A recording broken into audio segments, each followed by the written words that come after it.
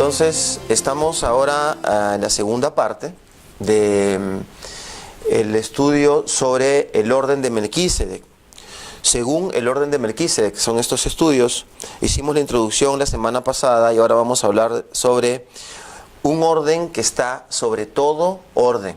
Un orden que está sobre todo orden. Voy a ir en esta oportunidad, voy a ir preparando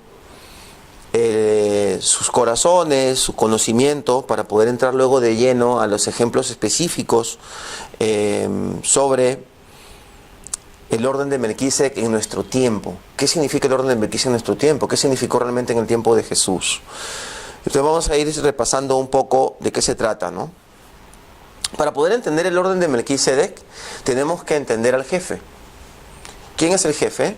Yeshua. Yeshua es gran sumo sacerdote según el orden de Melquisedec. ¿No es cierto? Aquí lo tenemos en Hebreos 6:20. Dice, donde Jesús entró por nosotros como precursor, hecho sumo sacerdote para siempre, según el orden de Melquisedec. Eso está en Hebreos 6:20, ¿verdad? Y dice, desde el 18 dice, para que por dos cosas inmutables, en las cuales es imposible que Dios mienta, tengamos un poderoso estímulo, los que hemos huido en busca de seguridad para asirnos de la esperanza puesta delante de nosotros, la cual tenemos como firme y segura ancla del alma, que penetra hasta lo que está en el interior del velo. ¿Cuál es el interior del velo? El lugar santísimo, la misma presencia de Dios. Ahora sí, versículo 20. Donde Jesús entró por nosotros como sumo sacerdote, por nosotros como precursor, ¿verdad? Porque él dice, no solamente fue sumo sacerdote. ¿Qué significa precursor? Que después de él entraron otros. ¿Quiénes son esos otros? Los que hemos creído, los que nos hemos asido de esa promesa, los que hemos anclado nuestra alma en esta promesa. ¿No es cierto? Entonces dice que él como precursor, hecho sumo sacerdote para siempre, según el orden de Melquisedec. ¿Qué cosa está detrás del velo? Este lugar santísimo donde el sacerdote entraba en Yom Kippur una vez al año, donde su vida corría peligro, porque era un acto solemnemente santísimo, porque ese era el lugar Kodesh a Kodashim, ¿no? Santa Santorum, el Santo Santorum en griego. O sea, era en el latín, era un lugar donde el propósito era limpiar al pueblo hebreo enteramente, al pueblo de Israel enteramente, a través de una persona que había sido designada para ese trabajo, que era el gran sumo sacerdote. ¿No es cierto? Ahora, tenemos que entender quién era el sumo sacerdote de Israel y en qué consistía el sacerdocio israelí o hebreo, para poder entender qué significa el sumo sacerdocio según el orden de Melquisedec. Pero también tenemos que entender la naturaleza de Jesús. Este sumo sacerdote entraba por única vez con unos zarcillos sonoros en los pies, porque en las faldas de su vestido, porque entonces, si no sonaban y le ponían una cuerda, de repente jalaban la cuerda y entonces se murió, porque entró sin haberse purificado y fuera del orden de Dios. Entró en otro orden. Entonces era muerto por la misma presencia de Dios. Entonces lo tenían que jalar al pobre hombre. Este era el sumo sacerdote. Y entonces él entraba para ministrar un acto de relacionamiento entre Dios y el pueblo de Israel. Y ese relacionamiento era un relacionamiento necesario para que la función profética de Israel se siga cumpliendo en todas las naciones y en este mundo. Segundo, para perdonar el pecado de los israelíes también, porque realmente este pueblo fue separado con un propósito. El pueblo de Israel es un pueblo de sacerdotes, separados por Dios para ese propósito. Un pueblo que tenía que entregarle la Torá a todas las naciones de la tierra. Muy bien, entonces, ¿qué sucede con este sacerdocio de Jesús? Él está diciendo Pablo, o el escritor de Hebreos, ¿no? Según algunos autores o algunos teólogos, está diciendo de que ahora, entonces, este precursor no entró solamente por única vez y por única vez Él como el único digno, como el único que podía entrar ahí, sino que ahora abrió la puerta, se rasgó el velo y todos podemos entrar detrás de Él al lugar santísimo, la misma presencia del Señor, no solamente en un acto físico que se va a dar algún día, donde vamos a encontrar con el Señor a nivel espiritual, pero que realmente es real, vamos a decir. Y dice también que vamos a habitar en su presencia con cuerpos renovados, sino que además todas las áreas de nuestra vida se pueden mover en esa esfera santísima en la presencia del Señor. Muy bien, ahora, Melquisedec quiere decir, como lo habíamos dicho la semana pasada, rey de justicia. Rey de justicia, ¿no? En el capítulo 7 de este mismo Hebreos dice, porque este Melquisedec, rey de Salem, ahora habla de Melquisedec como si no estuviera hablando de Jesús, para que ustedes entiendan, él está haciéndonos retroceder a Génesis, ¿no es cierto? Cuando se presenta en el capítulo 14, donde se presenta a Melquisedec a Abraham. Dice, porque este Melquisedec, rey de Salem, o sea, aparte de que es rey de justicia, es rey de paz, ¿no? Rey de Salem, sacerdote del Dios Altísimo, el cual salió al encuentro de Abraham cuando regresaba de la derrota de los reyes y los bendijo, el cual Abraham dio el diezmo de todas las cosas. Primero se interpreta rey de justicia y luego rey de Salem, es decir, rey de paz.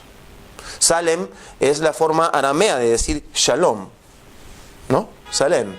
Y es parte del nombre de Jerusalén. Jerusalén, Jerú, que es una forma antigua de decir Ir, ciudad. Ir es el hebreo moderno, Jerú era una forma de llamar a las ciudades, la ciudad de la paz. Es decir, entonces quiere decir que este sacerdote, que también era rey,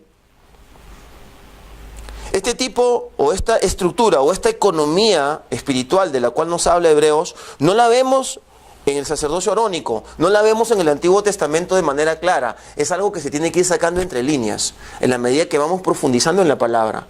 Este sacerdote, este sacerdocio y este hombre era rey y sacerdote. Y este hombre era el rey de Jerusalén.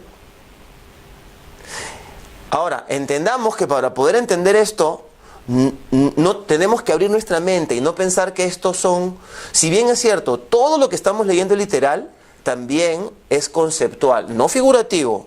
No está hablando de figuras o de ideas o de interpretaciones, porque entonces nos volamos pues en un tema tan complejo como este y tan poco enseñado, sino estamos hablando de conceptos que son típicamente hebreos, ¿no?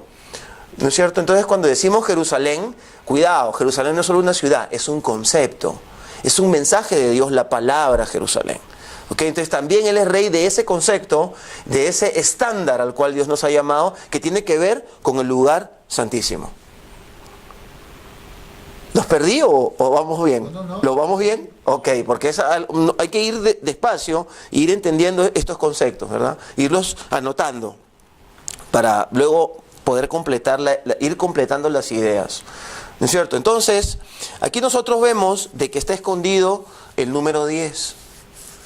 Porque la relación dice aquí que le dio los diezmos de todo, la relación entre Abraham y Melquisedec, que es una representación o una figura o Jesús mismo, podríamos decir todo de la misma forma, de la misma categoría, tiene que ver con los diezmos que Abraham le dio. Y no tenemos que pensarlo, y lo vamos a ir desarrollando a lo largo de estas semanas, no tenemos que pensarlo como que tiene que ser el 10%, porque en el orden de Melquisedec, según lo que enseñó Yeshua, en esta ciudad donde estamos compartiendo ahora, el diezmo es todo. Otra vez, el diezmo también es un concepto que tiene que ver con lo que el hombre tiene que hacer en la economía de Dios. En todos los proyectos de Dios, Dios establece el número 12 como estructura de su reinado sobre la tierra a través de los hombres y establece el número 10 para lo que estos hombres tienen que hacer. Es decir, 12 es la estructura de gobierno de Dios para la tierra a través de los hombres y el 10 es lo que estos hombres tienen que hacer para que esa estructura pueda andar. o si no se enquista, o si no se detiene. Eso quiere decir diezmo. Diezmo quiere decir obediencia, acción. Quiere decir hacer, obedecer a Dios. Eso quiere decir el diezmo. Lo vamos a ir estudiando cada vez más profundamente y lo vamos a ir viendo claramente. ¿Por qué? Porque aquí entonces notamos de que esta estructura de pensamiento ya está más o menos perfilándose, porque este hombre que entraba en Yom Kippur, otro pasaje que está como cubierto, que no se ve, entraba el día 10 de ese mes, porque ese mes era el mes séptimo, y ese primer día del mes séptimo se tocaba el shofar. Es el día de Yom Teruah, o conocido como Rosh Hashanah judío. Y de ahí contabas 10 días, y ese 10º día, entonces el sumo sacerdote entraba en el lugar santísimo. Es decir, ese sumo sacerdote no entraba el día 10 porque era un número para el sumo sacerdote o para Israel, sino era un número preparado para que entendamos cómo nos tenemos que relacionar con el verdadero gran sumo sacerdote, que es por el orden de Melquisedec, no por el orden arónico. Y ese es Yeshua HaMashiach.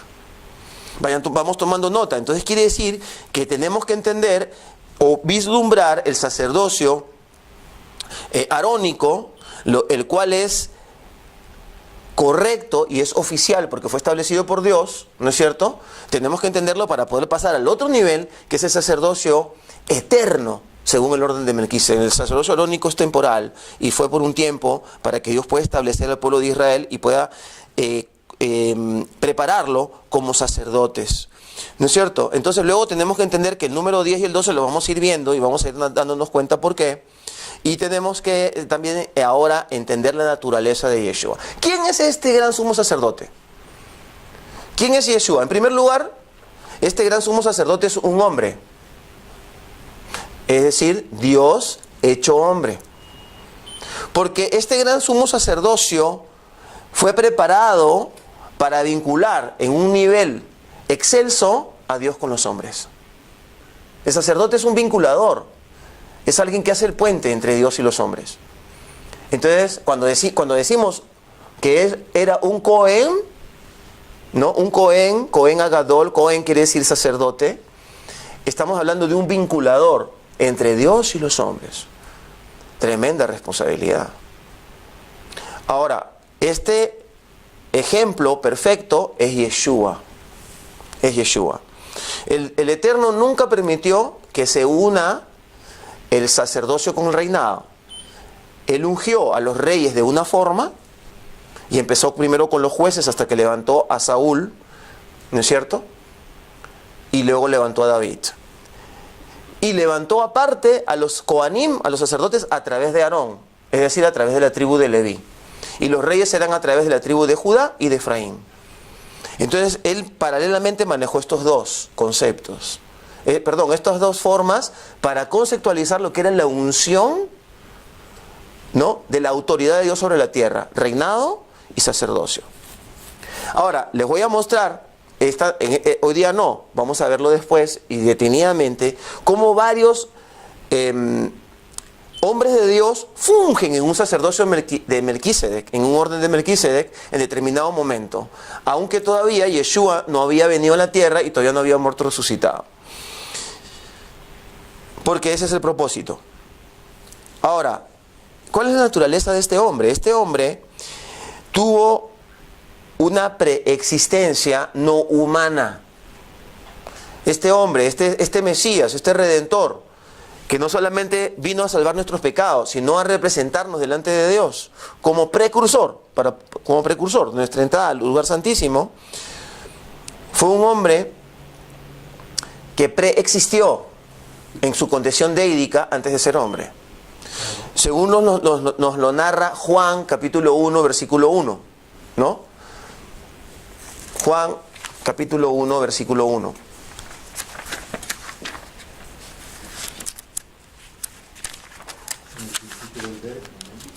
Así es. Dice, en el principio era el verbo. Lógicamente este libro de Juan no tenemos el hebreo, ¿no es cierto? Entonces no podemos decir Adabar.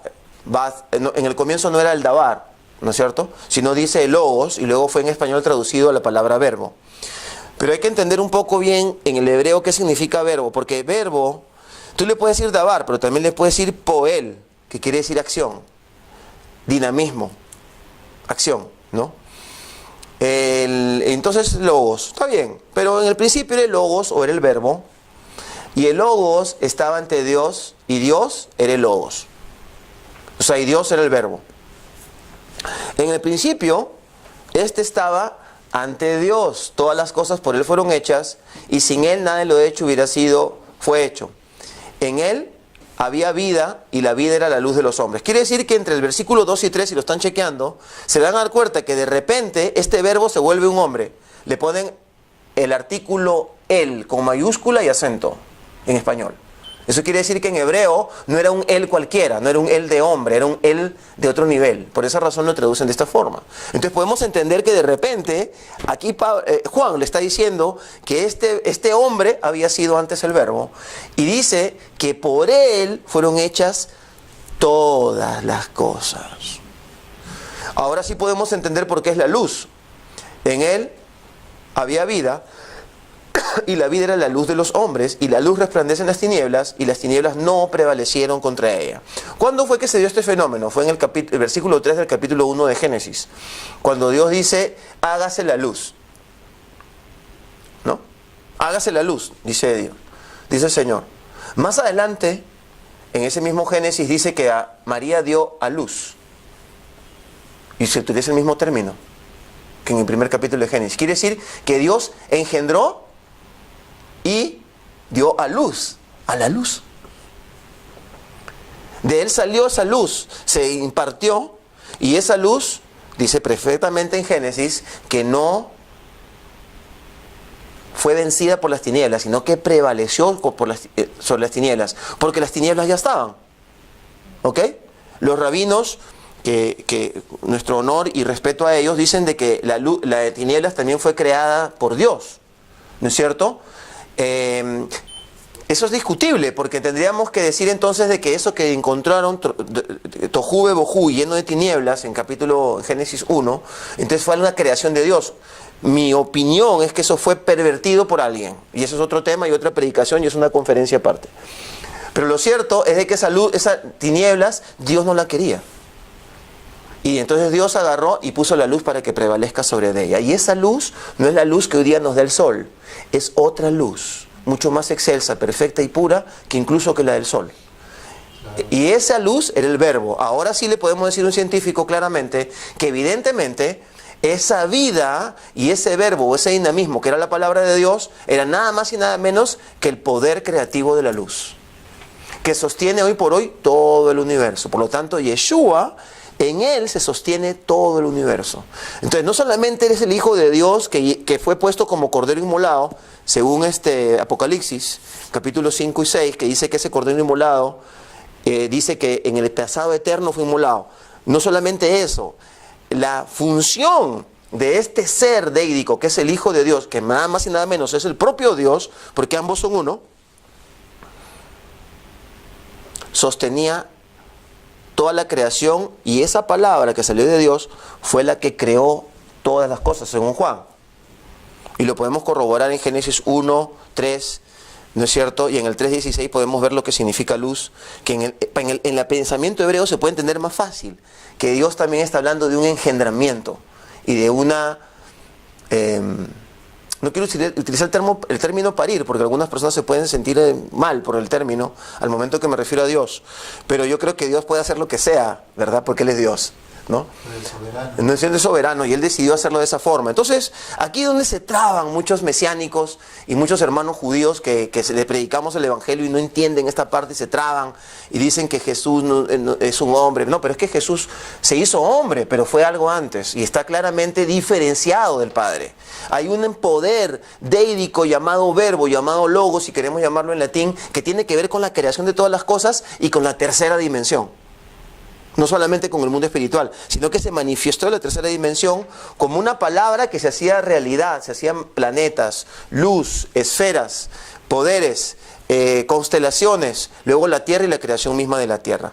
¿Estamos bien? Vamos por ahí, porque tenemos que entender tenemos que entender este concepto del Mesías para poder entender lo profundo que es el sacerdocio según el orden de Melquisedec.